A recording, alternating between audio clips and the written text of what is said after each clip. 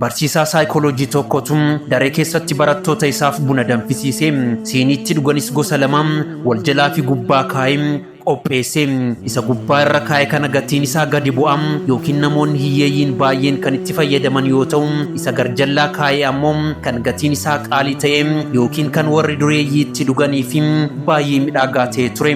Sana booda barsiisichi barattoonni hundi ka'anii dabaree isaaniitiin siinii kanneen keessaa kan isaan fedhanitti buna kana akka buufatan isaan ajaje.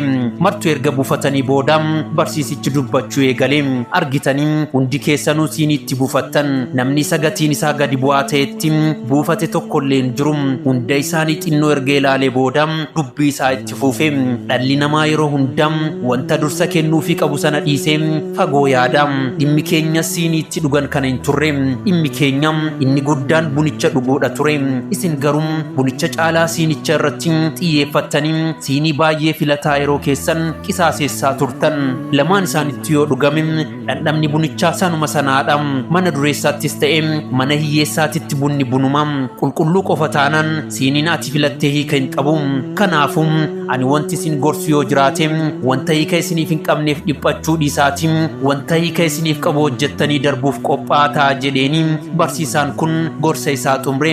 Dhugaadha, yeroo baay'ee wanta hiika nuuf hin kennine irratti yeroo keenya balleessina. Kun ammoo ta'uu hin qabu. Kun mana barnoota gaggaarii irraa argatan mana gurbaa qaxaleeti.